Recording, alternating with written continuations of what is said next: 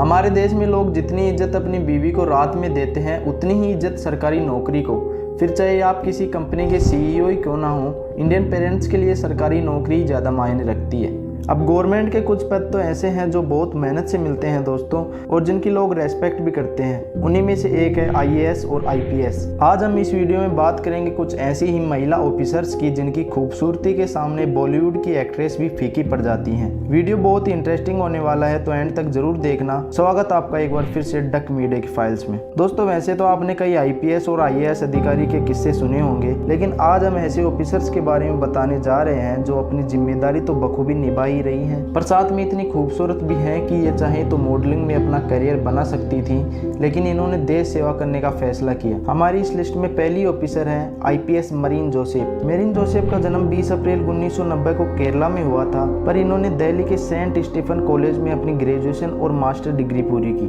Marine Joseph Kerala cadet की सबसे कम उम्र वाली आईपीएस अधिकारी हैं। इन्होंने 25 साल की उम्र में ही सिविल सर्विसेज की परीक्षा पास कर ली थी। इनको Y20 शिखर सम्मेलन में भारतीय प्रतिनिधि मंडल का नेतृत्व करने के लिए भी चुना गया। 2015 में जोसेफ ने कोट्टयम के मनोचिकित्सक क्रिस अब्राहम से शादी कर ली। आईएएस सुमिता सब्रवाल। सुमिता सब्रवाल 2001 कैडेट की आईएएस अधिकारी हैं, जिनका जन्म 19 जून 1977 में पश्चिम बंगाल के दार्जिलिंग में हुआ था। उन्होंने साल 2000 में अपने दूसरे अटेम्प्ट में ही न सिर्फ परीक्षा पास की, बल्कि ऑल इंडिया 4th रैंक हासिल भी की। सुमिता सब्रवाल 2001 में बतौर आईएएस चुनी गई और न सिर्फ अपनी खूबसूरती से बल्कि अपने काम से भी सबका दिल जीत रही है। सुमिता पहली अधिकारी है जिन्हें सीएम ऑफिस में तैनाती मिली है। इतना ही नहीं, सुमिता को प्राइम मिनिस्टर एक्सीलेंस अवार्ड भी दिया गया है। आईएएस टीना डाबी, इस नाम से तो आप वाकिफ होंगे ही। पहले जहां ये आईएएस अतर अमीर से शादी कर सुर्खियों में आई थी, तो वहीं फिर उनसे तलाक के बाद भी सुर्खियों में आई। 9 नवंबर 1993 को भोपाल में जन्मी टीना साल 2015 में सिविल सेवा रिजल्ट में टॉपर रही। टीना ने महज 22 साल की उम्र में ही अपने पहले अटेम्प्ट में आईएएस टॉप किया था। आईएएस एग्जाम टॉप करने पर वो अपने देश भर की लड़कियों के लिए रोल मॉडल बन गई। टीना ने दिल्ली के लेडी श्री राम कॉलेज से इकोनॉमिक्स की पढ़ाई पूरी की और फिर ग्रेजुएशन के बाद सिविल सेवा परीक्षा की तैयारी शुरू कर दी।